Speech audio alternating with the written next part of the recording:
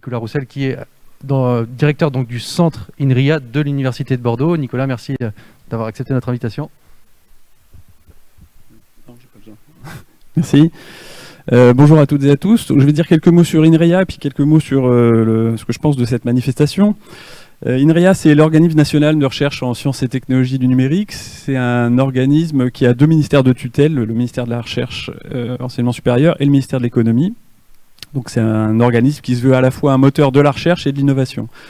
Notre modèle de recherche, c'est l'équipe projet, et on a l'habitude de faire nos recherches en partenariat, que ce soit avec des acteurs du monde académique ou avec des acteurs du monde économique. Il y a un certain nombre de partenaires dans la salle, je crois, mais je ne les reconnais pas tous, parce qu'avec les masques, c'est pas forcément évident. Mais c'est profondément ancré dans notre culture, cette démarche partenariale.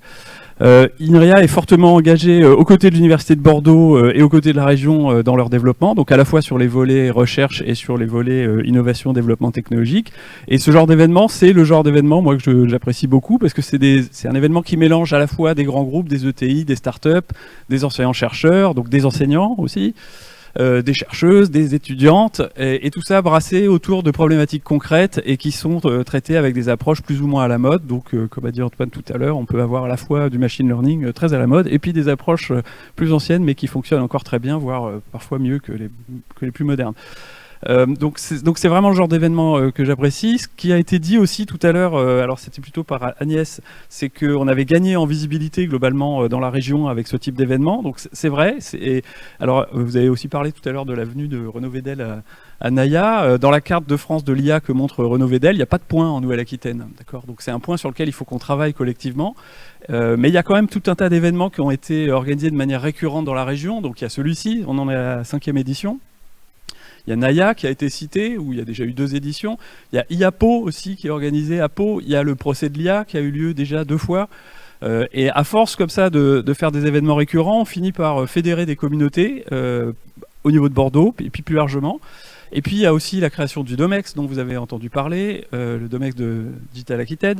Il y a eu la création de l'écosystème d'excellence économie des données et intelligence artificielle au niveau d'Aerospace Valley, qui est un autre groupement d'acteurs économiques.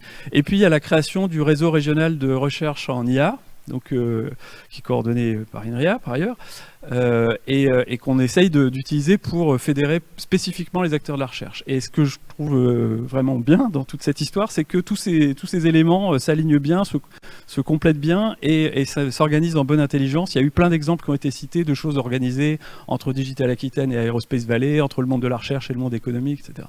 Et donc tout ça, je pense, va vraiment dans le bon sens. C'est en train d'améliorer grandement notre visibilité à l'extérieur. C'est important aussi parce que dans les tendances qui ont été illustrées tout à l'heure par Antoine, il y a des problèmes de compétences, il y a des besoins en formation. Donc à un moment donné, il faut aussi que ceux qui s'occupent de la formation entendent les besoins qui sont présents aujourd'hui et qui seront encore plus demain côté monde économique.